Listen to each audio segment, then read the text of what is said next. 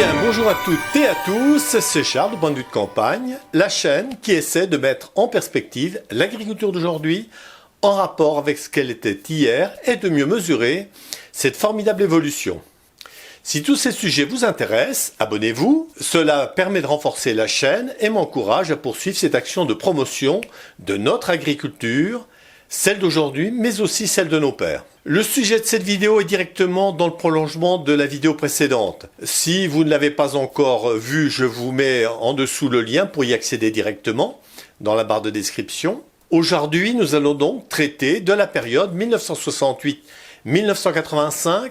Nous sommes encore dans le hier, mais dans un prochain sujet, on parlera de la situation d'aujourd'hui. Notre sujet, c'est donc la paye et le prix du lait. Au cours d'une période extrêmement mouvementée et la tentative de prise de contrôle de la vente de son lait par les producteurs. Nous poursuivons donc avec le témoignage de Guy Barlier qui fut un acteur de cette période importante. De mon côté, j'étais également directement impliqué car conseiller pour cette période 1973-1978. Évidemment, je suis rentré beaucoup plus dans le détail dans le livre que j'ai publié en 2017 sur l'histoire de l'agriculture des Vosges, 50 ans, 1945-1995, avec ce sous-titre « Évolution et Révolution ». Si ce livre peut vous intéresser, il est toujours à la vente et je mets mon adresse mail en dessous. Vous verrez, ce témoignage est passionnant car il reflète parfaitement une époque. Et à la fin, je vous présenterai également la carte laitière du département des Vosges, où l'on retrouve les grands groupes laitiers de taille internationale comme Lactalis ou Savencia. Et puis, si vous avez aimé, un petit pouce, un commentaire. Si vous n'êtes pas encore abonné, comme je le disais, abonnez-vous. Dans tous les cas, merci de suivre cette actualité du passé, mais aussi du moment pour mieux comprendre cette agriculture qui nous nourrit.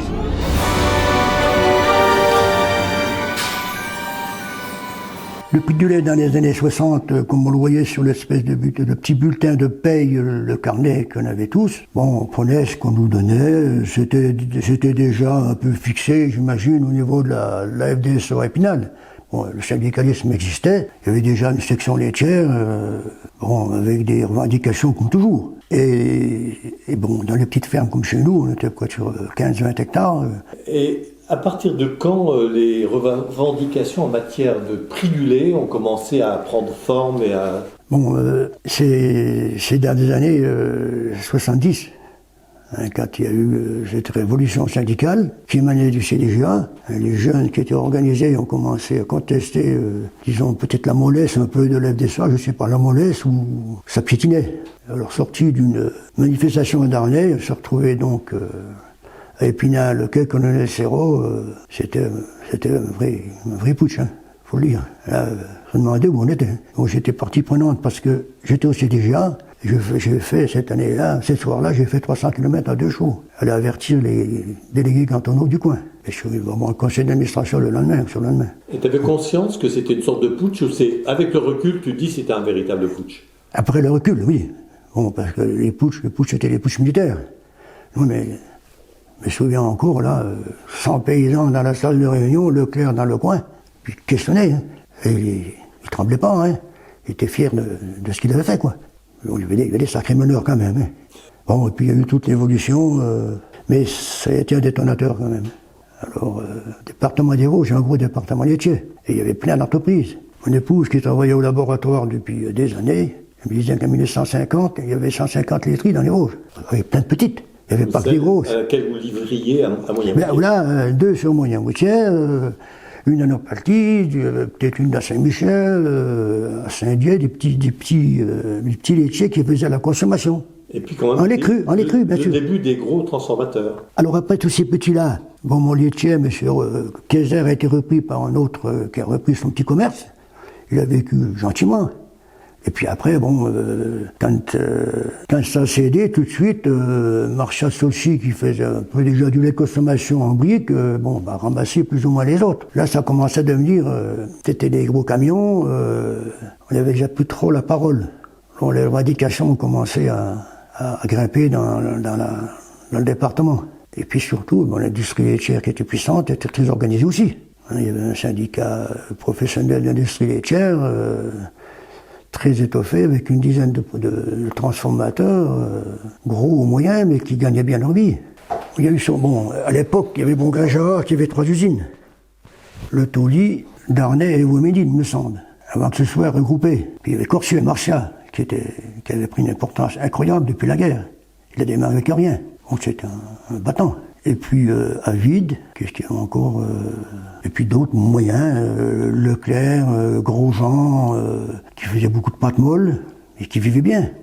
Ils avaient leur fabrication, ils avaient leur porcherie à côté. Et puis une coopérative, enfin quelques coopératives. Bittner, je ne sais plus lesquels, Bercoubert, enfin, c'était une quinzaine. Et puis coopérative quand même, il y avait Rochesson, il y avait Rue-sur-Moselle, et puis l'Union laitière vitelloise à l'époque. C'était pas le Bignéville ou l'Hermitage, mais c'était l'Union des territoires qui était déjà bien implantée, très bien implantée, et qui était un peu le fer de lance quand même de l'économie laitière, il faut le reconnaître. Alors petit à petit, quand ces laiteries moyennes ou petites disparaissaient, Marcia en récupérait plein, Bongrain en récupérait, chacun prenait son gâteau. Et puis Marcia, il y avait quand même un territoire, il a grimpé très vite, il ramassait un Meurthe-et-Moselle, il ramassait un Alsace, et un gros ramassage à Côte-Saône, il rachetait beaucoup en Haute-Saône, à Haute-Marne. Tous ceux-là revenaient souvent à Corsieux. Il y avait quand même des unités à Loulan, je crois, il était en Haute-Saône, enfin. Il y avait des grosses manifestations dans les années 70-80. Pompage du lait, on avait un levier avec nous, c'est qu'on détournait 5-6 000 litres de lait chaque coup. Alors là, c'était la frayeur des entreprises. Rochesson en prenait, Buniville en prenait. Alors il y a eu les premiers départs étaient entre deux eaux, après je crois que c'est sur Mauriville, et je crois qu'Adama, autant que je me souviens, Adama au bois, un jour c'était le maire de Buniville, un jour c'était le maire de Grosjean, les laitiers de Grosjean. Est-ce que tu te souviens de ça? Ah oui, la chaîne du lait. C'était Urbache. Oui, c'était là, c'était chez mon beau-frère. Le laitier, camion de Marcia, ramassé là, on était une centaine de producteurs. Hein. On a bloqué le lait, la gendarmerie soutenait bien sûr l'industriel laitier via la préfecture. Alors comme on ne pouvait plus, le camion ne pouvait pas monter chez M. Gérardin là-haut à 300 mètres, montrer les papiers, enfin. On a dit, allez hop, on a fait la chaîne du lait. On a descendu les bidons, alors là, la presse s'amusait. Ça fait des bonnes photos. Ça fait, et Robert Martial, le patron, est venu au village le jour-là. Parce que ça pétait fort quand même. Il est venu au village et mon père me rappelle, l'a vu au centre du village, il était avec son chapeau, il dit, mais qu'est-ce qui se passe? Pourtant, je paye le lait aussi bien, même mieux qu'en Bretagne, qui me disait. Mon père le connaissait un petit peu. Il dit, ben oui, que tu es. Mais c'était des enfants. Parce que le pompage du lait était très bien organisé à l'époque. On discutait tout ça les soirs à Épinal, organisé. On avait des mines d'axes fixes. Et Marcel Collin a dit, entre Rambert et Villers, on avait de bons éléments. Senon marchait fort, Dixie qui est prêt. Moi, on a fait des réunions, moi je dis, Senon, on est prêt. Là, j'ai plusieurs villages qui vont nous suivre, beaucoup. Eh bien, on va là. Et c'était la surprise générale des industriels qui s'attendaient ce jour-là sur Rambert. Et c'est Rambert. Ils avaient envoyé tous leurs agents à Rambert, finalement on était au col du Hans. Bon, c'était quand même intense. Hein. Il y a des nuits qu'on n'a pas beaucoup dormi. Des jours, des nuits. Et ça a duré Les années 70, ça a duré, 18 mois, 20 mois peut-être, mais la pression était toujours bien après. Et après, en 80, il y a du nouveau, la guerre du lait. Bon, pour le réveiller à l'FDSEA, il a fallu stopper les grèves aussi, parce qu'on n'avait plus la même force non plus. Et puis les laiteries disparaissaient. Celles qui restaient étaient très puissantes. Et on n'avait pas l'appui non plus de la région, hein. Pas trop. Parce qu'il y avait aussi des responsables qui étaient impliqués dans la coopération. Oui, quand on était, après, on était au CIREL aussi. Interprofessionnel régional, bien sûr, s'est créé tout de suite, avec les 4 départements lorrains. Mais les Vosges, on était 100% producteurs indépendants. La coopération ne représentait quand même qu'une petite partie. La Moselle était 100% Lorraine-Lait. Donc, On ne discutait pas de prix, c'est la coopérative qui sait le prix. Meurthe-et-Moselle, moitié-moitié. On avait quand même le soutien de Jean-Marie Rouillère, administrateur de l'FNPL, avec qui on s'entendait très bien. Et puis la Meuse était contrôlée par l'ULM, bon, coopérative, mais 2 producteurs, bon, qui géraient leurs trucs indépendamment, mais nous soutenaient quand même. C'était compliqué. On a failli détourner du lait sur la Meuse, avec Michel Warin, toute une équipe. On devait rencontrer le groupe allemand, c'était Auckland, je crois, non ?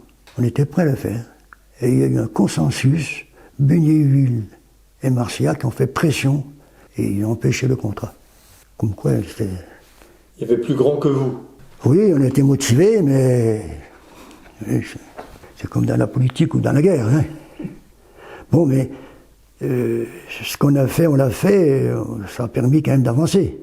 Mais comme dans toute lutte, il y a des échecs. Mais il faut savoir en tirer les conclusions.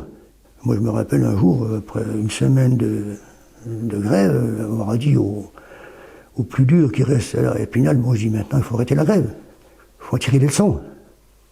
Bon, mais les plus durs étaient déprimés. Hein. Et le début de l'interprofession laitière.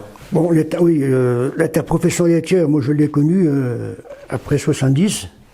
Après les événements de 70, Marcel Collin, donc, qui avait été entraîné dans l'équipe, étant président de la section laitière, était quand même le pivot du conseil d'administration. Enfin, il a quand même bien dynamisé, moi j'en faisais partie avec d'autres. Et puis, il y a eu des réunions pas mal, on a commencé à prendre la défense du prix de lait vraiment à fond. Il y a eu des échanges énormément avec les industriels, y compris les coopératives. Ça aboutit à la fin en disant qu'il fallait créer un laboratoire interprofessionnel pour analyser le lait. Matière grasse, il fallait déjà...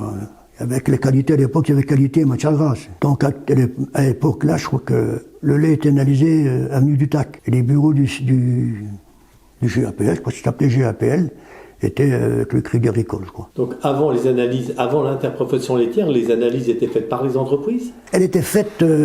par un groupement, le GAPL, qui s'appelait ça. Alors, mon épouse avait travaillé là-dedans en tant que secrétaire. Et puis, à un moment donné, les 3 collèges ont décidé qu'il fallait créer quelque chose.